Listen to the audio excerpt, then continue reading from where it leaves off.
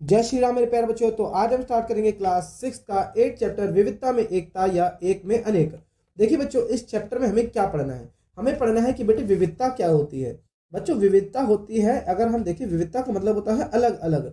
यानी कि अगर हम देखें बेटे तो हमारे भारत के अंदर हम देखेंगे कि प्राचीन काल से ही अलग अलग धर्मों के, अलग अलग जातियों के, अलग अलग भाषा बोलने वाले, अलग अलग कपड़े पहनने वाले लोग या अलग अलग खाना खाने वाले लोग पाए जाते हैं। ठीक है, लेकिन फिर भी इतनी विभिन्नताओं के बावजूद ये सभी क्या एक साथ मिलजुल कर भाईचारे के साथ रहते हैं। तो इसी को हम बोलेंगे कि भाई भारत के अंदर तो विविधता में भी एकता है। ठीक है, इसी चैप्टर के अंदर हमें इन सब चीजों के बारे में जानेंगे कि विविधताओं को हमने किस प्रकार से संजोकर एक बनाया, यानी कि लोगों ने किस प्रकार से इतने अलग होने के बावजूद भी पूरे भारत देश को एक बना के रखा हुआ है। ठीक है, तो सबसे पहले हम देखेंगे रविन्द्रनाथ टैगोर जी का एक यहाँ पर लाइन दी हुई है कि हे ईश्वर, मेरी यह प्रार्थना स्वीकार करें कि मैं अनेकता में एकता के स्पर्श का आनंद कभी न गवा सकूं। यानी कि वो कहते हैं कि भाई भारत जैसे इस देश के अंदर जो अनेकता में एकता है, यानी कि विभिन्न जाति धर्म के लोग एक साथ मिलजुल कर बड़े प्यार से रह रहे हैं, इसको मैं कभी ना गवा सकूं, ऐसा मुझे आनंद दे। ठीक है, इसके बाद श्री अरविंद जी हैं, वो भी कहते हैं कि विविधता में एकता का सिद्धांत सदैव से भारत के लिए स्वाभाविक रहा है। यानी कि भारत में एकता में अनेकता आज से ही नहीं बल्कि बहुत पुराने समय से चलती आ रही है। ठीक है, यह उसकी प्रकृति है और उसके अस्तित्व के लिए भी बहुत आवश्यक है। एक में अनेक का यह भाव भारत को उसके स्वभाव और स्वधर्म की सुनिश्चित नींव पर स्थापित करेगा। ठीक है, यानी कि खुद के धर्म की अच्छी नींव पर स्थापित करेगा, ये हम बात करते हैं। देखिए, इस चैप्टर को पढ़ने से पहले हमें इस चैप्टर में कुछ चीजें आएंगी जो क्वेश्चन को हमें टैकल करना पड़ेगा, जो क्वेश्चनों के बारे में हम बात करेंगे, क्या क्या सीखेंगे हम इस चैप्टर से। देखिए, सबसे पहले हम बात करेंगे बेटे भारत के प्रदेश में, यानी कि भारत देश के प्रदेश में क्या होता है बेटे विविधता में एकता। इसको समझेंगे कि विविधता में एकता का मतलब क्या है। ठीक है, भारत की विविधता को कौन से पक्ष सर्वाधिक उल्लेखनीय है, इनके बारे में पढ़ेंगे। या विविधता में निहित एकता का पता कैसे चलता है, एक विभिन्नताओं में या विविधता के अंदर एकता को ढूंढने का हम इसमें चैप्टर में हम प्रयास करेंगे बच्चों। तो चलिए आगे अपने चैप्टर को बेटे शुरू करते हैं। देखिए, सबसे पहले हम बात करें बेटे समृद्ध विविधता। हमारा भारत बेटे विविधता से पूर्ण रूप से समृद्ध है, यानी कि अनेकों प्रकार की विविधताएं हमें देखने को मिल जाएंगी। जैसे यदि आप रेल द्वारा भारत की यात्रा करते हैं तो ना केवल बदलते भूदृश्य, यानी कि बेटे जमीन तो बदलेगी ही बदलेगी। हमने पिछले चैप्टर में पढ़ा था कि भाई कहीं पे पहाड़ है, कहीं पे पठार है, कहीं पे कुछ है। ठीक है, तो जमीन तो बदल रही है, लेकिन विभिन्न प्रकार के परिधान परिधान यानी कि बेटे वस्त्र, वस्त्रों के भी अनेक प्रकार देखने को मिल जाएंगे, भोजन के भी अनेक प्रकारों को देखने को मिल जाएंगे। इसके अतिरिक्त अपरिचित अपरिचित यानी कि भाषाएं, ठीक है, अलग अलग प्रकार की भाषाएं बोलेंगे। फॉर एग्जाम्पल, दिल्ली में अलग भाषा बोली जा रही है, हरियाणा में अलग भाषा बोली जा रही है, पंजाब के लोग अलग भाषा बोल रहे हैं। ठीक है, तो इस प्रकार से जैसे जैसे हम भारत की यात्रा करेंगे तो अलग अलग राज्य में या अलग अलग दूरी पर हमको क्या बेटे अलग अलग प्रकार के परिधान यानी कि वस्त्र देखने को मिल जाएंगे, अलग अलग जमीन देखने को मिल जाएगी, अलग अलग भोजन देखने को मिल जाएंगे, अलग अलग भाषा देखने को मिल जाएंगी। यहाँ तक कि बेटे अलग अलग लिपियों को भी हम देख पाएंगे। जैसे पंजाबी लोगों की गुरुमुखी का इस्तेमाल करते हैं, वो हिंदी में देवनागरी हो गई। ठीक है, तो ये सब हम देखेंगे। इसके अलावा बेटे अलग अलग रीति रिवाज हम देख पाएंगे, अलग अलग परंपराओं के लोगों से हम मिलेंगे। हिंदुओं की परंपराएं अलग, मुस्लिमों की परंपराएं अलग, सिखों की परंपराएं अलग। तो इन सब चीजों की विभिन्नताएं हम देखेंगे, विविधताओं को हम देखेंगे। इसलिए हम बोलते हैं कि भारत की समृद्ध विविधता बेटे यही है। ठीक है, अब आगे हम देखेंगे बेटे कि हमारे भारत की जनसंख्या आज के टाइम में बेटे 1.4 अरब से भी ज्यादा हो चुकी है।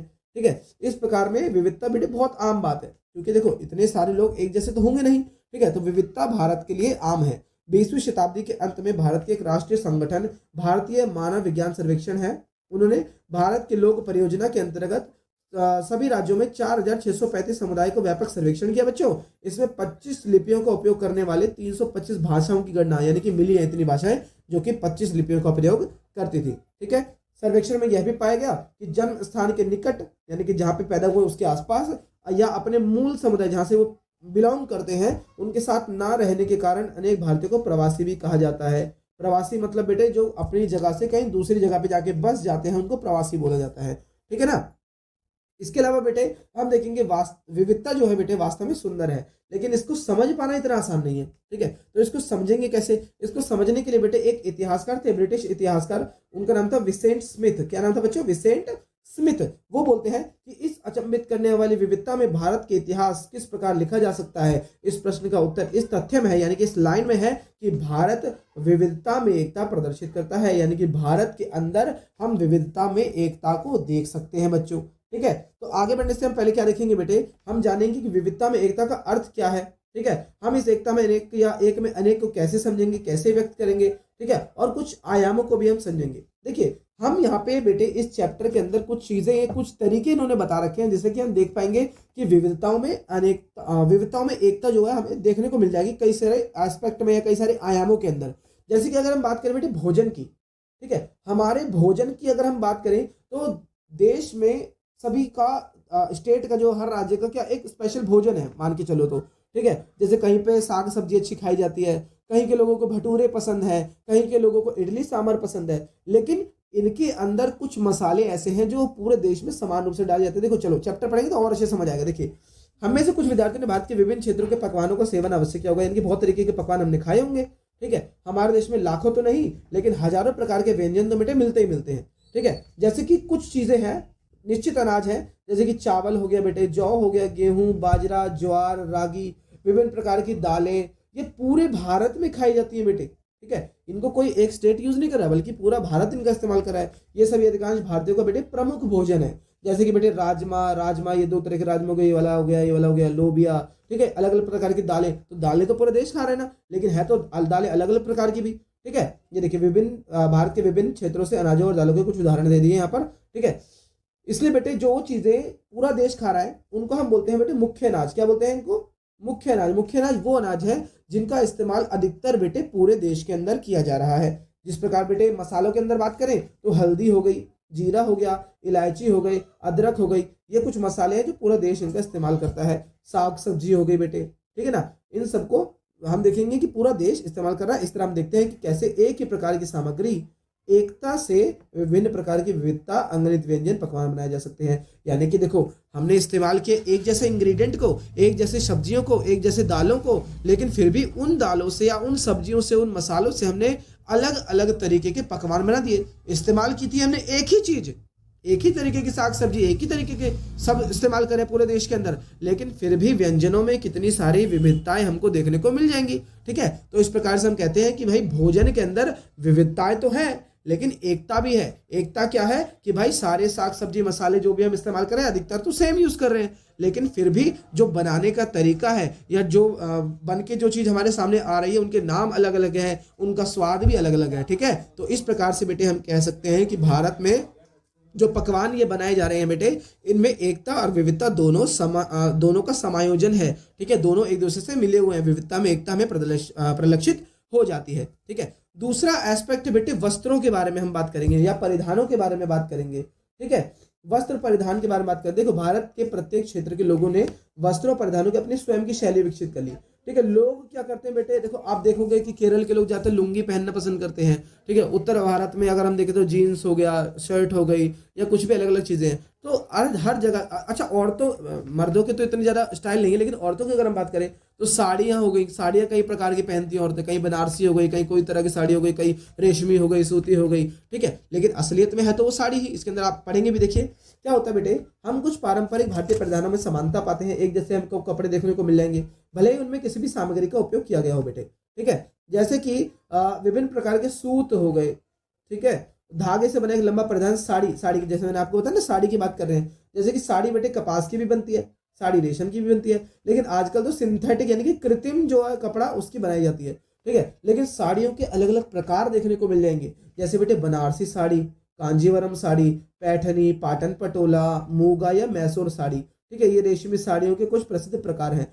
असलियत में फिर भी हम देखें तो वो क्या है बेटे, साड़ी ही है, ठीक है। सूती साड़ियों के और भी प्रकार होते हैं, ठीक है। यहाँ पर एक देखिए चित्र दे रखा है, यहाँ पर वैशाली, ये बिहार के हैं, साड़ी पहने हुए एक स्त्री पर उकेर गई आकृति दिखा रखी है यहाँ पर, ठीक है ना। तो इसके अलावा हम देखेंगे बेटे बिना सिले वस्त्र के सैकड़ों प्रकार के रूप होते हैं जिनको बुनाई और डिजाइन के बाद तैयार करते हैं। कुछ डिजाइन कपड़े का हिस्सा होते हैं, यानी कि कपड़े के ऊपर पहले से डिजाइन होता है, लेकिन कुछ को बेटे रंगा जाता है, ठीक है, कुछ पे बुनाई की जाती है, उनमें अलग अलग रंग देखने को मिलेंगे, ठीक है, अलग अलग रंग देखने को मिल जाएंगे बेटे। लेकिन फिर भी क्या है बेटे, असलियत में है तो वो पहनने का कपड़ा, उनमें भले ही इतनी विभिन्नताएं हो, लेकिन फिर भी देश के प्रत्येक औरत, प्रत्येक नारी साड़ी को बड़े ही चाव से, बड़े ही प्यार से पहनना पसंद करती है। इस तरह साड़ी का एक लंबा इतिहास रहा है। जैसे कि हमने आपको ऊपर वैशाली में जो मूर्ति मिली है, उकेरी आकृति गई मिली है, उसमें स्त्री को भी साड़ी पहने हुए दिखाया गया है ना, तो वो भी हमने देखा, ठीक है। साड़ी को पहनने के अनेक तरीके हैं बेटे, ठीक है। हर क्षेत्र में अलग अलग तरीकों से क्या बेटे, दूसरे क्षेत्रों में अलग अलग तरीकों से। देखो राजस्थान के लोग अलग तरीके से साड़ी पहनते हैं, दिल्ली के लोग अलग तरीके से साड़ी पहनते हैं, ठीक है। वास्तव में इसे बांधने पहनने के तरीके भले ही नए नए हो, भले ही खोजे जा रहे हो आज भी, लेकिन असलियत में हम देखें तो बेटे, असलियत में बेटे क्या है, ये एक साड़ी ही है, ठीक है। असलियत में देखें तो बेटे क्या है, ये एक साड़ी ही है। चाहे इसको पहनने के तरीके अलग अलग हो, चाहे इसको रंग अलग अलग हो, ठीक है, तो विविधताएं देखने को मिल जाएंगी। विविधता यानी कि रंगों में विविधता है, कपड़े के प्रकार में विविधता है, लेकिन असलियत में देखें तो बेटे क्या है, वो एक साड़ी ही है, ठीक है। अब यहाँ पर एक शब्द है बेटे उकेरी गई आकृति। उकेरना मतलब एक डिजाइन जो समतल सतह के ऊपर उकेरा गया हो, उसी बोलते हैं उकेरा हुआ। जैसे पत्थर के ऊपर, लकड़ी के ऊपर, मृतिका यानी कि मूर्ति वगैरह हो गई जो सेरेमिक की बनी होगी, ठीक है। तो इन चीजों के बारे में हमने बात करी। अच्छा, साड़ी के बेटे यहाँ पे विभिन्न तरीके के इस्तेमाल भी हैं। जैसे देखो साड़ी में बच्चे को टांग रखा है, ठीक है। इसके अलावा यहाँ पे देखो ये हो गया अनाज छानने के लिए। विगत शताब्दियों में भारत में आने वाले विभिन्न विदेशी यात्री इसकी सादगी, ठीक है, सुलभता और पहनने की विधि विविध तरीकों को देकर आविर्भूत हुए, ठीक है। इसके अतिरिक्त महिलाएं साड़ी का परिधान के रूप में उपयोग करने के अलावा अन्य कार्यों में उपयोग करती हैं, जैसे हम ऊपर देख सकते हैं, ठीक है। तो ये भी हमने देखा बेटे, ठीक है। इसके अलावा देखेंगे बेटे एक और तरीका है जिससे हम विविधता में एकता को देख पाएंगे, वो है बेटे हमारे त्योहार, ठीक है। क्या त्योहार? भारत में बेटे कई तरीके के त्योहार मनाए जाते हैं। बेसिकली दो तरीके के त्योहार हैं, जैसे कि एक हो गए राष्ट्रीय त्योहार बेटे, ठीक है ना, और एक हो गए हमारे कौन से, धार्मिक त्योहार। राष्ट्रीय त्योहार कौन कौन से हो गए, 15 अगस्त हो गया, 2 अक्टूबर हो गया, जिनको पूरा देश एक साथ मनाता है। इसके अलावा धार्मिक त्योहार भी हो गए, ठीक है। भारत में बेटे त्योहारों की अपार विविधता है, क्योंकि हमने देखा भारत में अनेक जाति धर्मों के लोग रहते हैं, सबके रीति रिवाज अलग है, तो इसलिए सभी के त्योहार भी बेटे अलग अलग हैं, ठीक है, लेकिन मनाते सब हैं, ठीक है। कुछ त्योहारों की अगर हम बात करें बेटे, पूरे भारत में तो मनाए जाते हैं, लेकिन उनके नाम अलग अलग होते हैं। जैसे जैसे कि बेटे 14 जनवरी पे मकर संक्रांति नाम का एक त्योहार मनाया जाता है, ठीक है।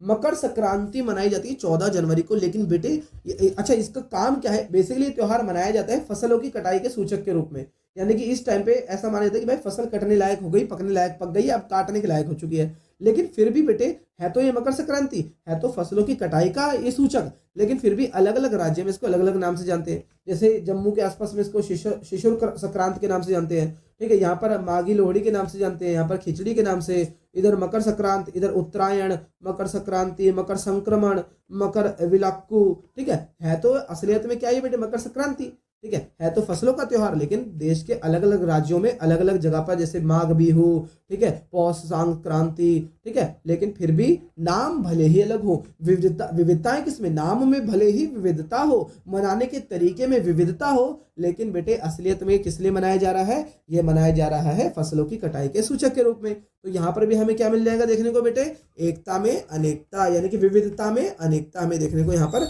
मिल जाएगी, ठीक है। इसके अलावा बेटे हम देखें महाकाव्य। महाकाव्य होता है बहुत बड़े बड़े ग्रंथ जिनको गाई जा सकने वाले या जो भी है काव्य। जैसे इसके अंदर बेटे 2 महाकाव्य हमारे हैं बेटे, एक महाभारत है, ठीक है, एक हमारा महाभारत है, एक हमारा बेटे रामायण है, ठीक है। इसके अलावा एक चीज के बारे में और बात करेंगे जिसके बेटे पंचतंत्र, उसके बारे में भी इसमें हम बात करेंगे, ठीक है। सबसे पहले पंचतंत्र के बारे में बात करते हैं, ठीक है। भारतीय साहित्य बहुत विविध है, यानी बहुत अलग अलग है, बहुत सारी चीजें हमें देखने को मिल जाएंगी, और दुनिया का सबसे धनी साहित्य है बेटे ये, ठीक है। सबसे ज्यादा किताबें भारत में है। अगर मैं आपको बताऊं ना इतना धनी कि बेटे जब अंग्रेज भारत में थे तो भारत में पूरी दुनिया की सबसे बड़ी यूनिवर्सिटी, या तो यूनिवर्सिटी कह लो, लाइब्रेरी भी पूरे भारत की दुनिया में सबसे बड़ी थी, नालंदा विश्वविद्यालय। वहां पर ऐसा माना जाता है बेटे इतनी सारी किताबें थी कि अंग्रेजों ने जब उसमें आग लगाई तो करीबन 3 महीने या 1-1.5 महीने से ऊपर तक उसके अंदर बेटे आग लगती रही। अगर हम नॉर्मली भी एक कागज को जलाएं तो वो चंद सेकंडों में जल जाता है, लेकिन वो लाइब्रेरी के अंदर इतने सारे किताबें होंगी कि भाई आग लगे लगे 3 महीने हो गए, ठीक है। तो सोचो कितना भारत का साहित्य विविध होगा, ठीक है। तो इसके अलावा हम देखें भाषा, लेखन शैली की तकनीक, सब में अंतर दिख जाएगा, लेकिन भारतीय साहित्य ने विश्व के महत्वपूर्ण विश्व चिंताओं को साझा किया। हमने सबके बारे में बात करी, विश्व के संपूर्ण विषयों के बारे में, अलग अलग सब्जेक्ट के बारे में या चिंताओं के बारे में बात करी। हमारे बहुत सारे दार्शनिक आए, जैसे कि पंचतंत्र की कहानियों के बारे में हम बात करें तो बेटे ये मनोरंजक कथाएं हमने सुनी होंगी, बहुत सारी चूहे बिल्ली की कहानियां हो गई, बंदर वाली कहानी हो गई, बंदर मगरमच्छ की, कछुए की हो गई, कछुए खरगोश वाली कहानी हो गई। ये सारी की सारी कहानियां बेटे पंचतंत्र की ही कहानियां हैं। स्टार्टिंग में बेटे क्या, ये तो जीवन कौशल, इनके अंदर क्या बेटे लास्ट में शिक्षा होती है, ठीक है। तो हमें जीने का तरीका सिखाती है ये कहानियां, ठीक है। आज से ये करीबन 2200 साल पुरानी लिखी गई है और मूल संस्कृत में इनको लिखा गया था बेटे स्टार्टिंग में, ठीक है। अगर हम देखें इसका रूपांतरण बेटे आज के टाइम पे हर भाषा में, इंग्लिश, हिंदी, बांग्ला, तमिल, तेलुगु, हर भाषा में हमें पंचतंत्र की कहानी देखने को मिल जाएंगी। देश में ही नहीं बल्कि बाहर देशों में, एशिया में, दक्षिण पूर्वी एशिया में, अरब देशों में, यूरोप में भी इनको पढ़ा जाता है। ठीक है, पंचतंत्र के 50 से भी अधिक भाषाओं में 200 से अधिक रूपांतरण आपको देखने को मिल जाएंगे।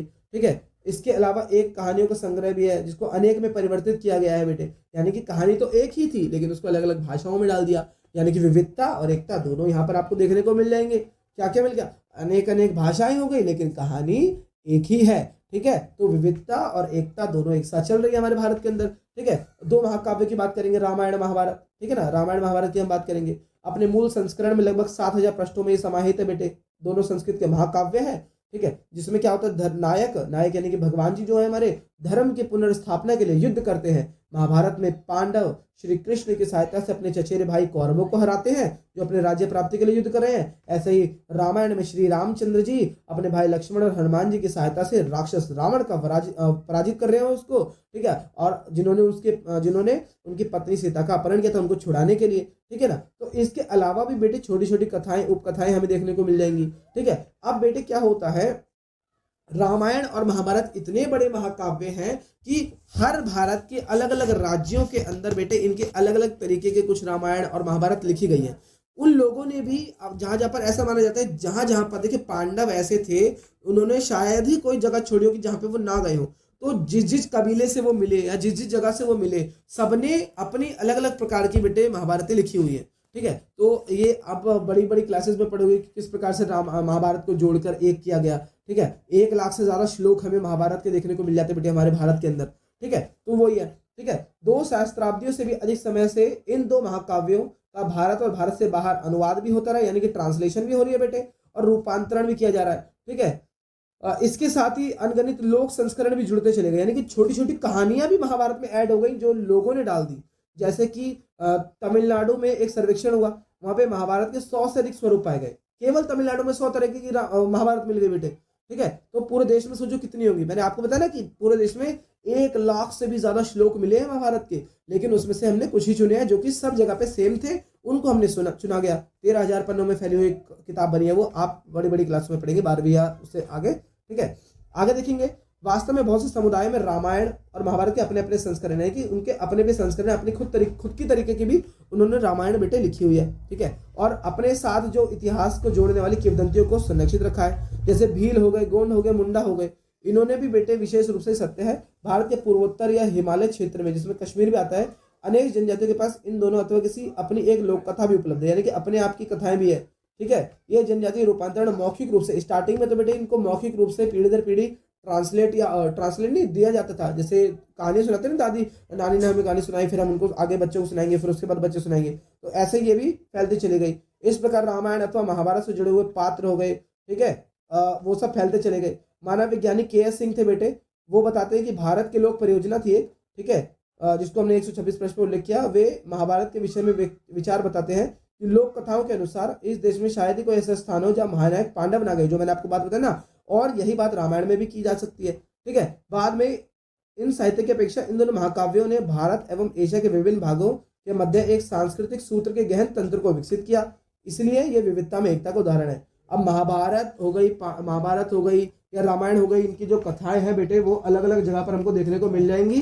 ठीक है, लेकिन उसके बावजूद फिर भी क्या हो रहा है बेटे, ये तुमको देखने को मिल जाएगी, महाभारत और रामायण की कथाएं हमको अलग अलग राज्यों में मिल जाएंगी, अलग अलग तरीके की मिल जाएंगी, लेकिन फिर भी इनको है तो ये एक दोनों महाकाव्य जो भारत से ही जुड़े हुए हैं, तो विविधता और एकता दोनों आपको देखने को मिल जाएंगे। ठीक है, इस अध्याय के विषय वस्तु को और अधिक समझने के लिए हम अपनी यात्रा को जारी रख सकते हैं। देखिए चैप्टर इसी के साथ खत्म होता है। ठीक है, अब इसके अंदर बेटे एक चीज और है कि शास्त्रीय कलाएं।